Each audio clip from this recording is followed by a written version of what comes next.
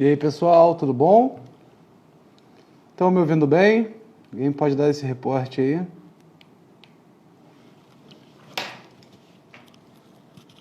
Doutora Andréia!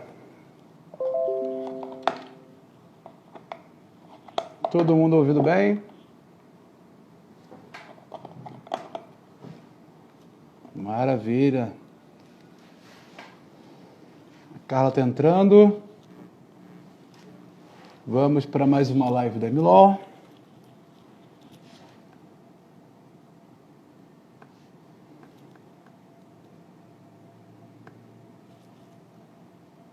Maravilha, obrigado pessoal pelo reporte aí.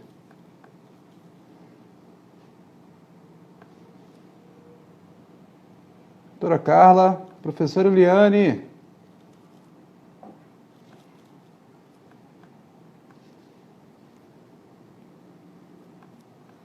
Aliás, doutor André, a gente tem que fazer a sua live também. Leonardo. Muito bom ver os alunos aí também. Pessoal, obrigado aí pela presença. E se a Carla já entra.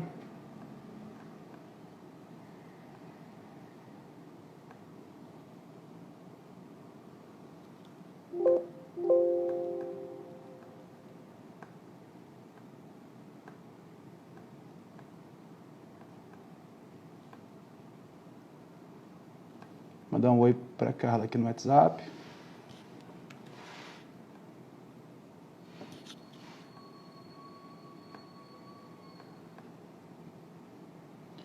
Só mais uns minutinhos aqui, ver se ela aparece.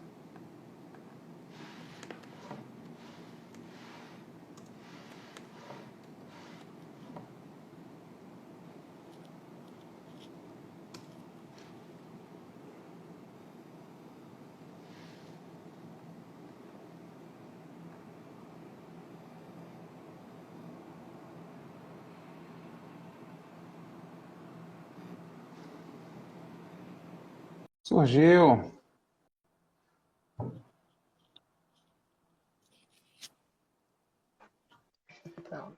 Deu E certo. aí, Carla? Como vai, minha amiga? Tudo bom? Tudo jóia? Tudo jóia, graças a Deus.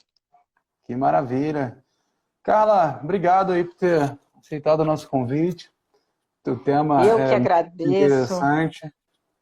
Essa lei aí que ela tem larga aplicação, né? Eu não sei, eu particularmente não sei como é que a gente vai fazer para absorver tudo isso. Vou começar me apresentando, eu sou Marcelo Mata, diretor da Maritime Law Academy, tá?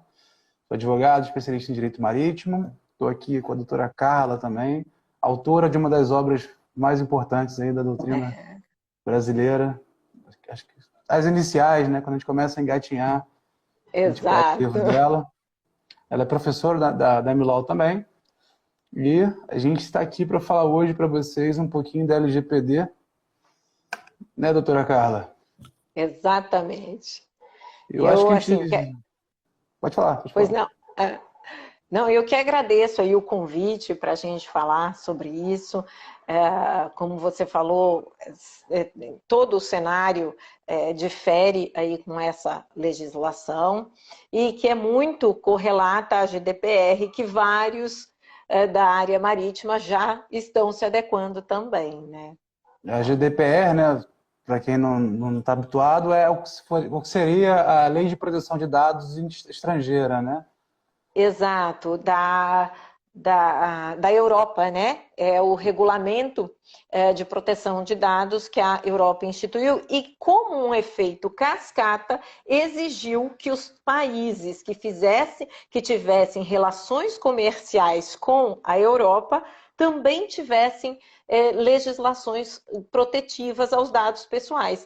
E aí desencadeia toda essa corrida dos países, porque nos Estados Unidos também estão, os estados têm suas legislações, mas não há uma legislação nacional e eles vêm trabalhando nisso também, mas desencadeou que todos aqueles que ainda não tinham procurassem se adequar a uma legislação.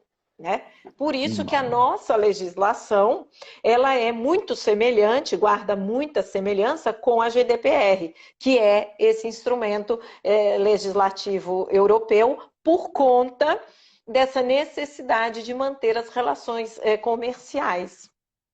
Muito bom. Vamos começar pelo começo? Vamos! Fala um pouquinho aí do que é a Lei Geral de Proteção de Dados, né? O espírito dessa lei aí, que depois a gente vai falar, né? Que tem essa questão de se está vigente, se não está, quando é que vai entrar, se não entrou. Mas fala um pouquinho o que é. É uma novela. Mas vamos lá. A legislação, ela tem o espírito realmente de proteger os dados das pessoas, são nossos dados pessoais. Nós distribuímos dados o tempo inteiro. Eu desafio vocês, todos que estão aqui nos assistindo, a dizer, parar e pensar quantos dados seus você distribuiu ou imagina estar circulando hoje, só hoje, né? Só hoje você certamente distribuiu vários dados. E hoje a gente costuma dizer, todo mundo já escutou isso, que dado é um novo petróleo. Eu digo que ele vale mais do que o petróleo, porque o petróleo você tem um trabalhão para encontrá-lo efetivamente, não é verdade? E mais, ele é finito. Os dados não. São infinitos e estão por aí, porque os dados, enquanto nós tivermos pessoas, nós temos dados para confrontar. Então, a lei veio com a ideia de proteger esses dados no intuito de atender à privacidade que a gente tem como garantia na Constituição. Então, o direito à privacidade, o direito à sua imagem, tudo isso faz parte de um dado que é meu rastro. Então, as pessoas merecem ter uma proteção para um desenvolvimento qualitativo de vida muito maior. Então, a visão da lei é essa. Claro que os fundamentos são aqueles que estão na Constituição, a livre concorrência, o dinamismo, tudo isso que consta lá na Constituição, a lei vai de acordo com aqueles fundamentos. Então, quando a gente tem aí uma economia mais livre, uma concorrência adequada, tudo isso também é garantido na lei. Mas que os dados sejam também objeto de uma proteção maior. Porque, quer ver, hoje em dia, os dispositivos e aplicativos conhecem mais de nós do que efetivamente nós mesmos. Quando a gente entra no Netflix e tem lá uma lista esses são os filmes que você mais gosta, ou o Spotify te dá a lista do que você gosta também, ele traça esses dados seus ele cruza esses dados para traçar um perfil comportamental. Então, ele sabe qual é a sua linha, ele sabe como você age. Então, tudo isso por quê? Porque cruzou dados.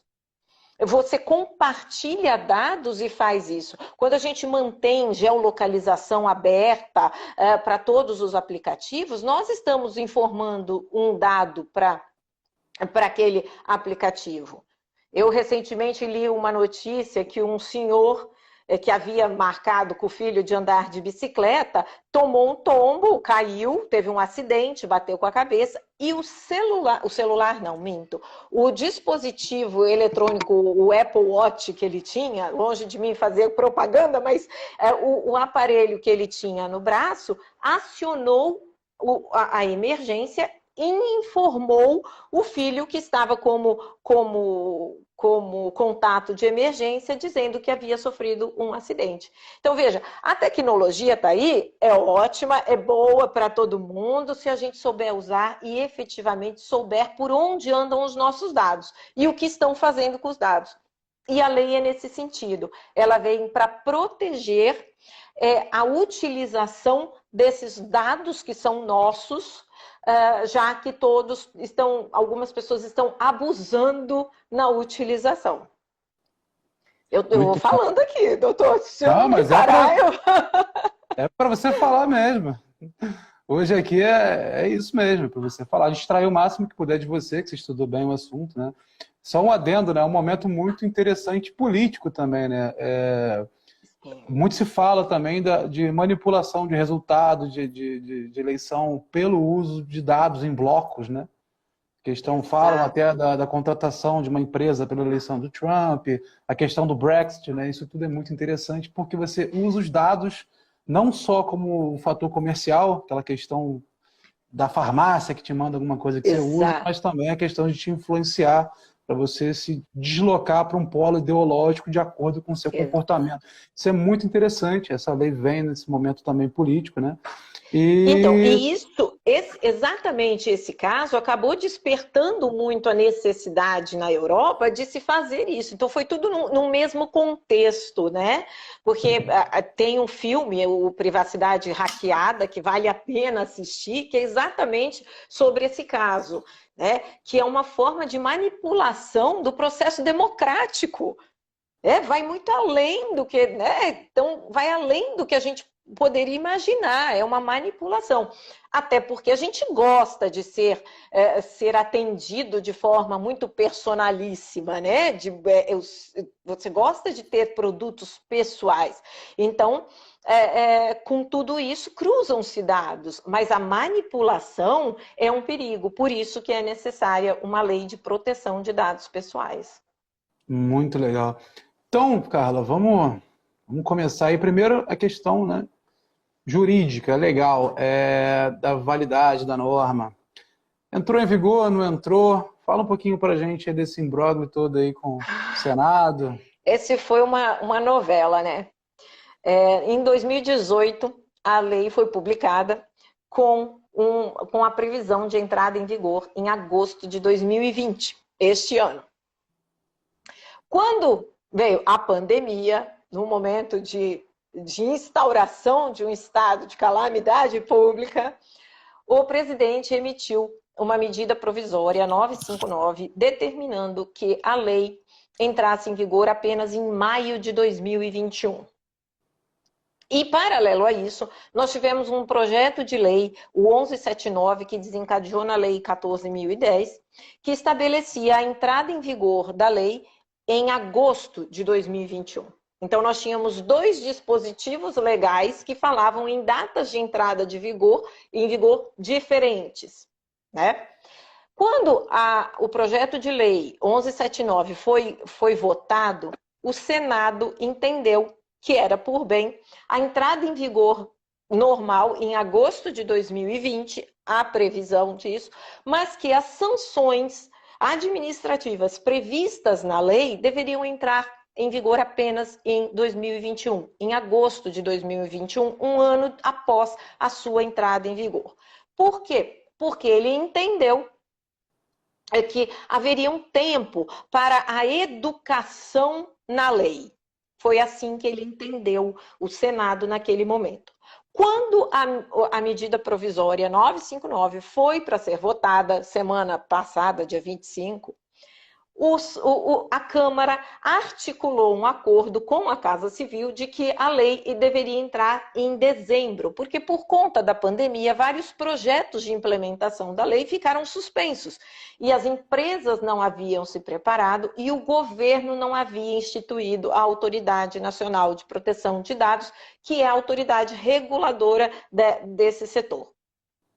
Então, ele articulou, passou na Câmara dessa forma, mas quando chegou no Senado, por questão de ordem, o Senado julgou prejudicado aquele artigo, porque ele já havia decidido no projeto de lei 1179, que desencadeou na 14.010. E aí retirou o artigo que entraria em vigor em dezembro, entrando em vigor agora em 2020. Então, naquele momento, foi votado dessa forma, foi para a sanção presidencial e nós estamos aguardando a sanção presidencial, mas que de fato não muda mais nenhuma data de entrada em vigor por conta da retirada desse artigo da lei. Então, vamos entrar agora em setembro, porque o prazo para a sanção presidencial é de 15 dias, então no máximo aí agora em 10 dias deve entrar em vigor a LGPD. Se nada acontecer de diferente, porque no Brasil nem passado é certeza, então... Adorei essa frase sua, nem passado é certeza, e é verdade, porque as coisas são desse nível mesmo. Vem cá, a quem se aplica essa lei aí? A lei se aplica a todos os setores, público, privado, a todas as pessoas físicas ou jurídicas que tratam dados pessoais, que trabalham com dados. E o que é tratar um dado pessoal? Coletar, guardar, armazenar, fazer perfis comportamentais, descartar, tudo isso é tratamento de dado. Então, o fato de eu pegar o seu e-mail, o seu telefone, o seu contato, pegar a sua geolocalização, pegar a sua placa de carro, né, pode ser um dado pessoal. E aí, quando eu trato esse dado, quando eu coleto, quando eu visualizo, quando eu uso esse dado, então eu estou submetido à lei. A lei exclui algumas coisas. Então, a princípio, toda pessoa jurídica e física que trata dado, seja pessoa pública ou privada, vai se submeter. Com exceção das pessoas naturais que não utilizam os dados para fins comerciais. Então, ela colocou a condição para a pessoa natural que ela se utilize daquele dado para fins comerciais. Então, os dados que você tem no seu celular dos seus colegas não precisam estar adequados à LGPD, mas os dados dos seus clientes que estão no seu escritório vão precisar estar adequados, atender ao que diz a LGPD, sim. E aí é todo mundo, né? É todo mundo. A lei reserva também algumas especificidades, né, com relação à questão comercial, né? Mas primeiro a gente vai falar um pouquinho aí, fazendo um adendo também à Emenda Constitucional 17, né? Da questão dos dos dados como direitos fundamentais. Sim, né? A proteção de dados, existe aí a Emenda Constitucional que prevê, de tão importante que é essa questão da proteção dos dados, porque a gente não tem noção por onde correm os nossos dados. Todo mundo saiu, por exemplo, quando apareceu aquele Face App, né? Todo mundo sai fazendo a fotinho, envelhecendo ou mudando de gênero, né? E aí, todas aquelas informações, você fornecia todos aqueles seus dados de reconhecimento facial para uma empresa que era sediada na Rússia. Então, assim, seus dados estão circulando e você não tem domínio sobre eles, simplesmente porque você não leu a política de privacidade. E ele também não fez questão que você lesse, com toda certeza. Então, é tão importante que a gente tenha noção que aquilo é meu, faz parte da minha pessoa. E por isso a ideia de se colocar na emenda constitucional, colocar na Constituição como um direito fundamental a proteção dos dados. Vai muito além da privacidade, porque hoje a gente não tem mais esse direito de estar só. Você não está mais só. Você está na sua casa, tranquilo, você fala alguma coisa, o seu telefone escuta, o seu assistente de voz escuta, todo mundo grava o que você está falando, tanto que você abre o celular e está lá a coisa que você acabou de falar. Se você pensar, quero viajar para a Europa, vai aparecer um monte de viagem no seu celular. Não é verdade? Com certeza. É assim. Mas por quê? Porque isso está lá na política de privacidade e a gente não lê, a gente não vê. Então, a gente precisa ter essa proteção, por isso essa preocupação em incluir como direito fundamental a proteção de dados. Muito bom, muito bom. Lembra até um pouquinho do Bauman falando, né? Antigamente a gente lutava pelo anonimato, hoje em dia a gente quer aparecer, né? Exatamente. Aparecer e consumir. A sociedade hoje confunde a felicidade com o consumo, né? Para ser feliz tem que comprar algo. Então... Exato. Não, tem todo um aspecto, né, filosófico aí. Bastante. E claro que a gente...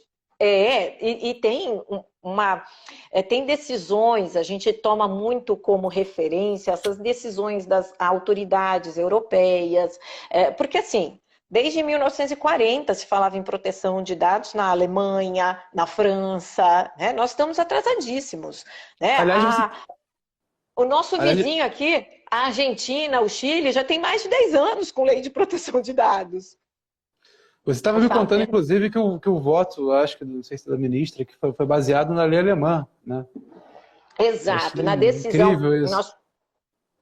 ela faz referência para quem quiser, entra lá no site do STF, a decisão, quando a ministra julga, a ministra Rosa Weber, quando ela julga aquele, quanto à entrada em vigor da medida provisória 954, que determinava as informações das operadoras de telefonia para o IBGE, para o controle da circulação das pessoas com Covid e tudo mais, ela faz referência a uma decisão alemã que tem mais ou menos o mesmo padrão de que deveria ser passado para o órgão estatístico da Alemanha uma série de informações do povo. Claro que a gente tem que considerar o contexto histórico da Alemanha, que é totalmente diferente do nosso, né? Mas, quanto à importância desse direito à privacidade e não invasão da sua pessoa, né? Da sua particularidade. Então, existe realmente o conceito muito filosófico aí de se pensar nesta questão do direito de estar só. E ela faz referência não só a essa decisão da Alemanha, como ela faz referência à própria LGPD, que ainda não está em vigor, né? Mas ela já se utiliza. E outras decisões, algumas outras decisões de tribunais, o Tribunal de São Paulo, acho que o Tribunal no Rio Grande do Sul, já se utilizaram como base, por analogia, que está lá como princípio, né, do direito privado, com analogia à própria LGPD, que não estava em vigor. Muito bom, Carla. Eu confesso, que quando a ideia da legislação me foi ventilada, né, eu obtive essa informação, eu imaginava uma coisa mais enxuta, mais direcionada aos direitos da privacidade, uma lei bem curtinha, uma coisa mais de acordo com o nosso sistema, que já é confuso e excessivamente burocrático, a gente já não consegue dar vazão a isso tudo. Eu imaginava que seria algo mais principiológico, né? Mas não, veio uma lei com diversos atores, diversas figuras, né? Eu queria que você falasse um pouquinho para a gente sobre esses mecanismos e esses atores, esses agentes dessa legislação nova, né? A lei realmente ela vem com uma complexidade, né? Ela vem, acho que para se assemelhar aí ao Código do Consumidor, que foi na época em que entrou em vigor, ela vem mais ou menos se assemelhar por aí. E ela estabelece alguns personagens realmente na lei. O primeiro personagem, que é o protagonista da história, é o titular de dados, somos todos nós. Né? Então, ela estabelece tudo que ela legisla, tudo que ela traça, está relacionado ao titular de dados. É o titular que é o protagonista, tudo gira em torno dele. E aí nós temos, então, o controlador dos dados. Quem é o controlador? É aquele que coleta, que se utiliza, é aquele que determina efetivamente o que ele quer fazer com o dado. Para que ele quer aquele dado? Qual é a finalidade, o propósito daquilo? Eu pego o seu telefone para quê? Eu vou entrar em contato?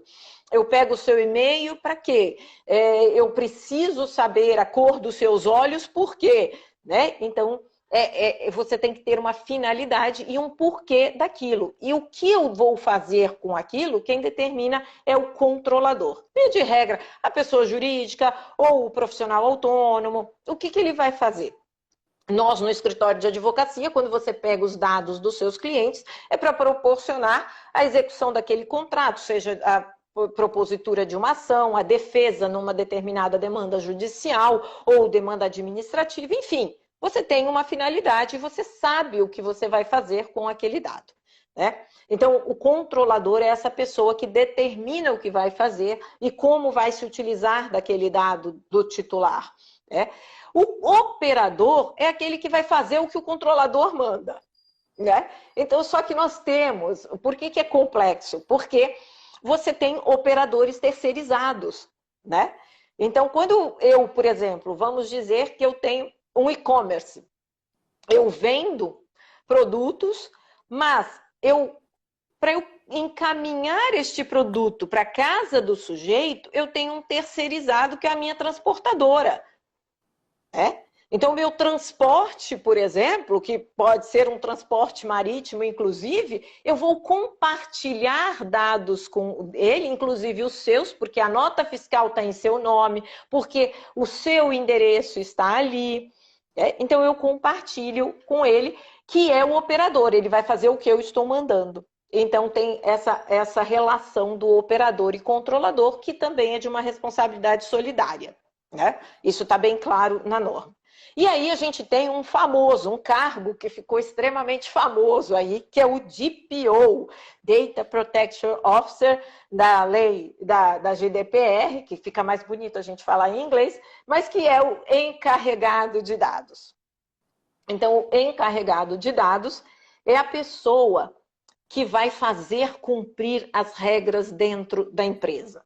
É a pessoa responsável por estar em conformidade com a lei e é a pessoa responsável que faz o link, faz a interface entre o controlador e o titular de dados e entre o controlador e a Autoridade Nacional de Proteção de Dados. Então, esses são os personagens que a lei trouxe, né? E a gente está aí descobrindo uma série de registros contratuais a partir destas relações entre esses personagens, né? Que a gente vai ter que colocar no papel, a gente vai ter, ou pelo menos, né, num blockchain, a gente vai ter que estabelecer essas relações, né?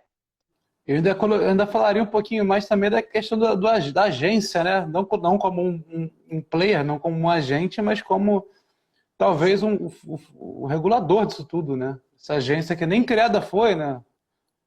Então, a agência ela tem uma importância enorme nesse cenário, porque a própria lei traz algumas lacunas, né? Vamos dizer, por exemplo, que você tem uma empresa de médio porte, de grande porte, e que necessariamente você tem que ter um canal aberto com o titular de dado. Então, você vai designar um funcionário, vai criar um cargo para o DPO, por exemplo. Agora, vamos pegar um pequeno comércio ou uma loja de produtos naturais, você vai pegar um consultório de um psicólogo, ele vai ter que designar um DPO? Ele vai ser o DPO? Ele vai entender da lei? Vai conseguir fazer tudo que a lei manda o DPO fazer? Então, por exemplo, a agência tem que se manifestar sobre isso, sobre pequenas e médias empresas, ela tem que se manifestar sobre cumprimento de portabilidades, ela tem uma série de lacunas que ela precisa preencher. E é por isso que a entrada em vigor antes da agência é um risco para a gente ter aberto decisões, tanto administrativas de órgãos de consumidor, como decisões de Ministério Público, ações de determinadas instituições, inclusive do Poder Judiciário, sobre a interpretação da norma. Muito bom, cara, muito bom.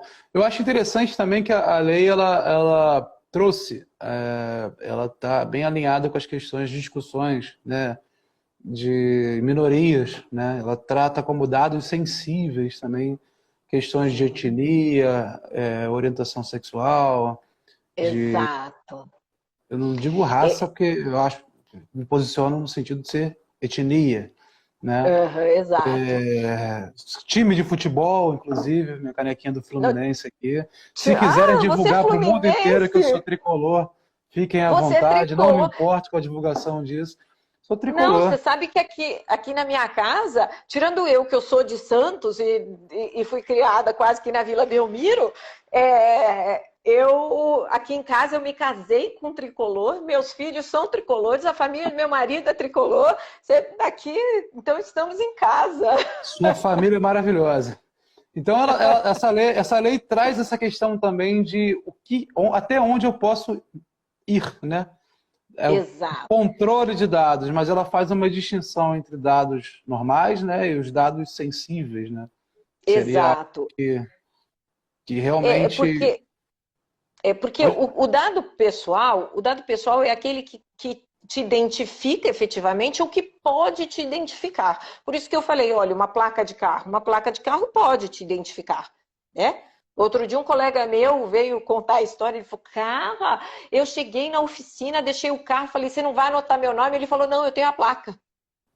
E, de fato, acaba te identificando. Num estacionamento, quando registra a sua placa de carro, sabe quem é que foi ao estacionamento, né? Então, o dado pessoal é aquele que te identifica como nome, CPF, RG, mas também é aquele que pode te identificar. E o dado sensível é aquele que, por sua sensibilidade e criticidade, ele pode causar uma discriminação. E aí que a gente pensa aí na questão até das minorias, porque você é um dado que fala sobre etnia, que trata sobre partidos políticos, que trata sobre suas opções sexuais, que trata inclusive sobre biometria e saúde, né? Então são dados que você tem que tomar mais cuidado e saber mais o que você faz com aqueles dados e proteger mais aqueles dados. Eu sempre conto uma história. Eu cheguei num consultório e me pediram, logo de cara, na ficha, quando você chega assim, né, me pediram qual era a minha religião. E aí eu fiquei pensando qual o objetivo no preenchimento de uma ficha de cadastro de um consultório, pedir minha religião. Eu fiquei até preocupada, porque normalmente se pede a religião em casos de cirurgia, por conta de algumas restrições de religiões em termos de transfusão de sangue, né? Mas num consultório eu fiquei até preocupada em entrar, né? Mas a questão é essa. São questões sensíveis que podem causar discriminação, mas que não deveriam. Então, por conta disso, você deve tomar mais cuidado e prestar mais atenção se efetivamente é necessário aquele dado. Muito bom. Outro ponto também, né? Aliás, Lucas Leite, obrigado pela presença aí. Lucas, nosso querido amigo do Kincaid, está sempre nas lives. Charles aqui do escritório também. Charles, um abraço. Muita gente aí. Professora Eliane, todo mundo aí, Raquelzinha. Minha querida, vamos fazer uma análise toda. Eu sou um pouco cético com relação à implementação dessa norma, mas o brasileiro gosta de fazer no papel o 10 e anda até o 7, né? É nosso. Eu até acho, inclusive, que nossa Constituição é muito arrojada para a nossa realidade, né? Muitos grupos de fora vêm estudar a Constituição brasileira, acho incrível, maravilhosa, mas não é o que a gente percebe no dia a dia, né? Não fazendo críticas políticas ou nada, mas infelizmente a gente não cumpre aquilo que a gente se propõe nem na Constituição, né? Exato. Então, é uma realidade isso. A LGPD, eu pessoalmente acho que vai dar uma trabalheira enorme para a implementação disso tudo. Não sei se as empresas estão preparadas para dispor de pessoal para isso. Pessoal, leia-se custo, leia-se pagamento, leia-se, enfim, Sim. onerosidade. A lei fala do descarte de dados, tratamento de dados. Isso é maravilhoso, mas a gente está num país que a gente não consegue nem tratar o nosso lixo direito, ainda mais tratar os dados pessoais das pessoas, né? Desculpa falar assim, mas é verdade. Gostaria de pedir que você fizesse uma análise das principais características. A gente já acabou falando de algumas, né? A respeito às minorias, tem também a questão dos adolescentes, dos jovens.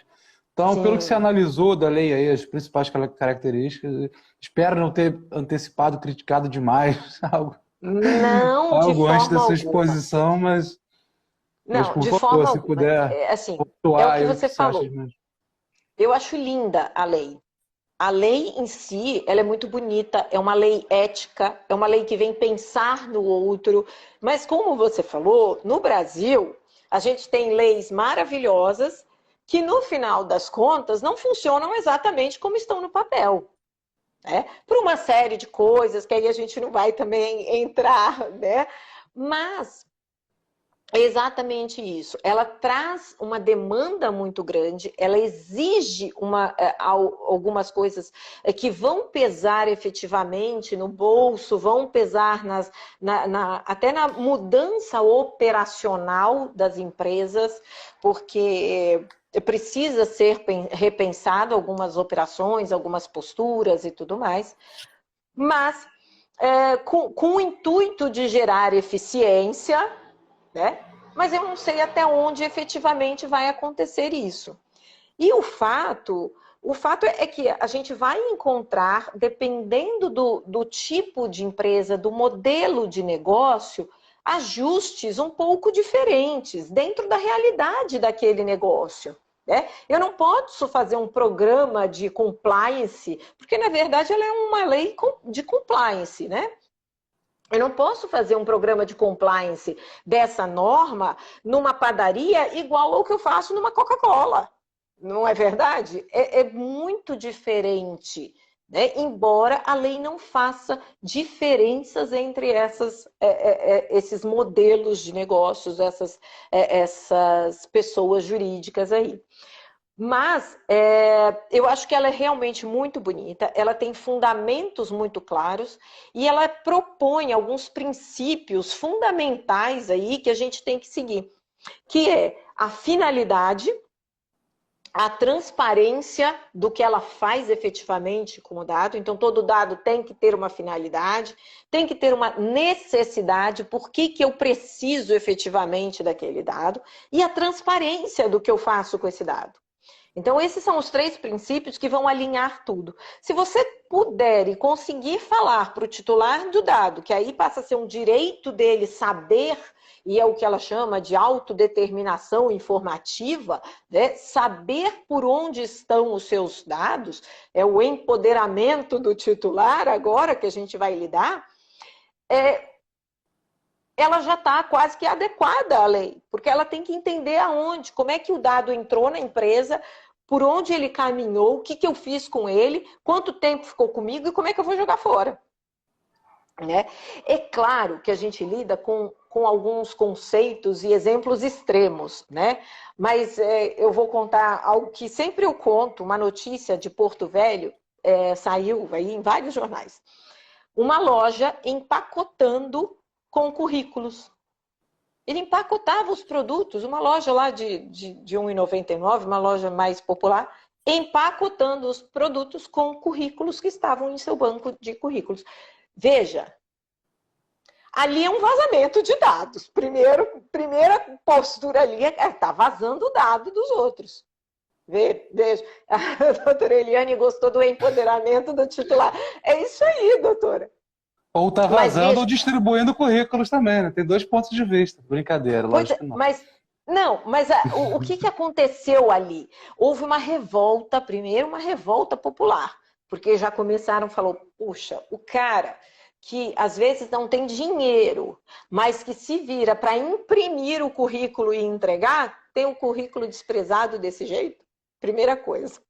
E aí, né? E aí que a gente pensa, o respeito pelo titular do dado, pelo dado daquela pessoa, né? Qual seria um melhor descarte ali? Por quanto tempo você guarda um currículo? Então, uma série de questões vêm, mas no sentido de proteger, de respeitar a pessoa em si. Né? Mas ela é questionável, é uma lei que, como a gente coloca, tem muita lei perfeita no Brasil, né? O nosso queridinho lá do Código de Defesa do Consumidor. Mas um detalhe que a lei traz, que é importante falar, tudo que está na lei já existia. Já existia no Código de Defesa do Consumidor, na Constituição, já existia no Marco Civil da Internet, na lei do e-commerce, na lei do cadastro positivo. Tá tudo. O que ela fez? Ela reuniu todos os mesmos princípios e colocou em ordem. E a ideia dela para as empresas é essa organização. É você não acumular. Porque até então a gente pensa assim, quanto mais melhor. Não, a lei trouxe o conceito de quanto menos melhor. Né? Vamos entrar no conceito de sustentabilidade e falar quanto menos melhor. Né? Eu não preciso consumir tanto assim. Vamos diminuir esse consumo, inclusive, de dados. Né? Apenas o dado necessário. Então, Muito ela bom. tem essa vertente, e aí, para cada finalidade que você traça, você tem que ter uma justificativa legal para usar o dado. Então, o que a gente chama de bases legais. Então, se eu coleto o dado, porque as pessoas têm a ideia de que com a entrada em vigor da lei, todo mundo tem que dar consentimento para tudo. E não é isso. Eu não preciso ficar dando consentimento para todos os dados que eu distribuí. O que eu preciso é saber o que vai ser feito com o meu dado. E por que ele está usando o meu dado. E o porquê está lá na justificativa, lá na base legal. Então, quando eu coleto o dado do meu cliente que chega no meu escritório para pedir uma revisão de contrato, eu tenho uma execução contratual. Né? Então, eu posso usar o dado para executar o contrato. A lei me permite coletar e usar o dado. A mesma coisa a tutela da saúde. Embora seja dados sensíveis, os dados da saúde, eu tenho tutela da saúde. O ato do médico pode ser, o fato dele tratar o paciente é uma tutela da saúde. Ele precisa daqueles dados para tratar o paciente. Né? E por aí vai, existe obrigação legal, muitas vezes você tem que guardar dados porque a lei te exige. Né? Os arquivos aí de funcionários, os arquivos de prontuários, os arquivos de documentações de fundo de garantia, a gente precisa guardar. Então, existem obrigações legais. Então, as bases legais legitimam a utilização dos dados para aquelas finalidades. Agora, o que a lei impõe é que você informe o titular dos dados o que você faz com ele. Você saiba o que você faz. Porque às vezes coleta e não sabe não, viu, doutor? Cara, Às vezes, não, vou coletar.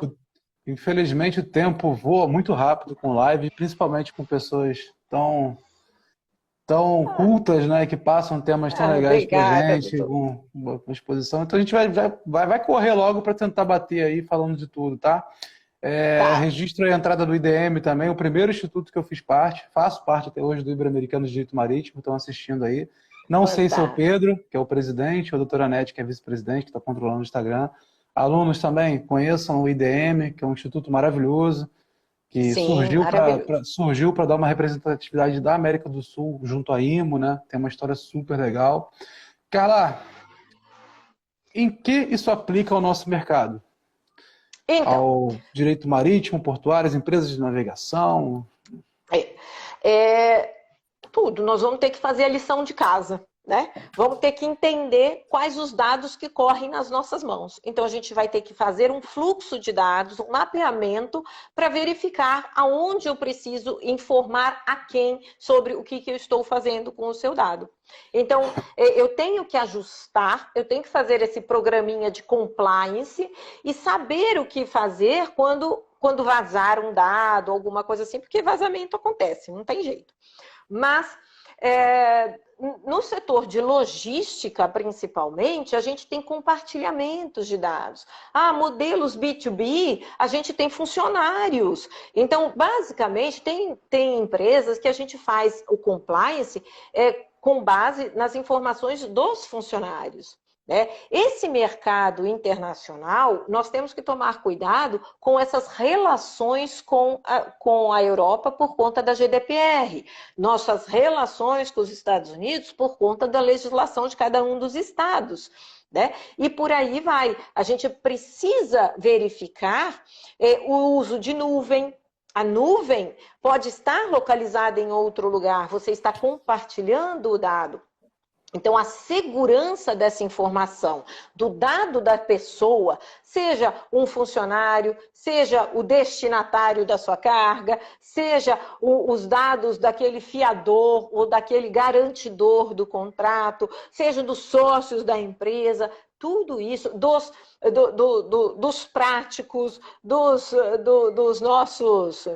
Enfim, todas as pessoas envolvidas no cenário que trabalham ali e que você confere e utiliza dados dessas pessoas, essas pessoas são titulares, que podem solicitar, por exemplo, um cancelamento dos seus dados, para você apagar os dados dessa pessoa, pode solicitar um relatório de informações sobre para quem você passou os dados dela, porque às vezes repassa.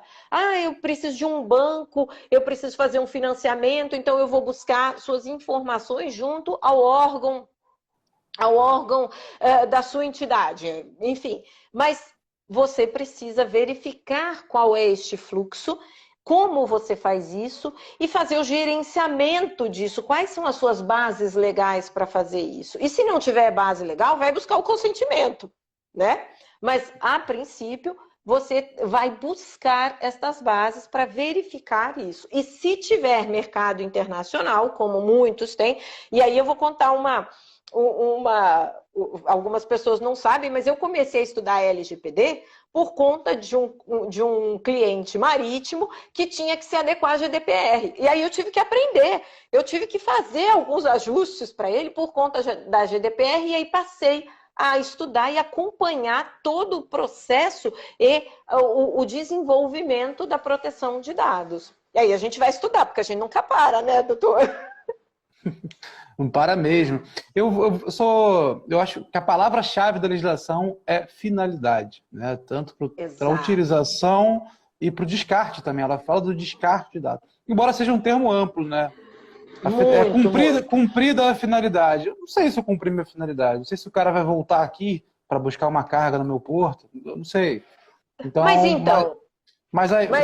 correndo por causa da hora, que a gente tem muito pouco tempo, Carla. E a forma na qual isso é tratado, né? Não houve muito uma distinção do que é dado e o que é Big Data, né? Aquele dado que eu posso medir desempenho comercial e falar, essa minha empresa ela é muito boa porque ela entrega em tantos dias. Aquela empresa entrega tanto. E a gente está falando num mundo cada vez mais globalizado, que os sistemas com a internet das coisas vão estar mais conectados. Eu achei um ponto... Sim. Eu achei um ponto sensível da lei não ter tocado tanto nisso, né? O que é comercial disso, o que pode ser propagado em forma de marketing, propaganda, publicidade, essa guerra toda que existe hoje. A gente está falando já em sistema de comunidade portuária, o Port Community System, né? Que vai medir desempenho de portos.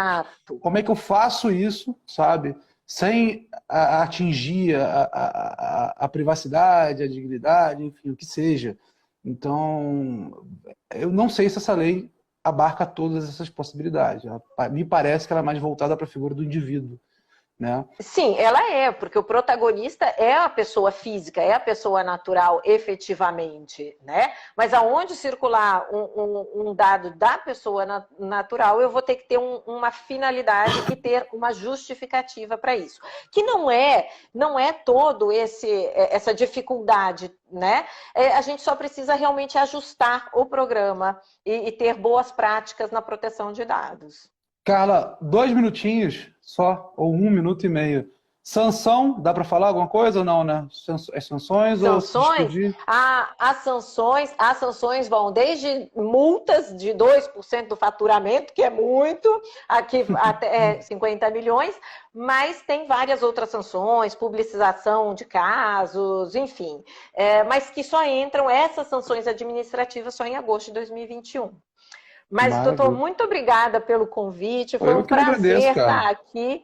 E estou à disposição. Estou à disposição. Quem quiser me procurar aí no Insta, mandar mensagem, a gente está sempre à disposição. O que precisar, quiser trazer aqui, a gente vem bater mais papo, tudo isso. Sempre à disposição de vocês.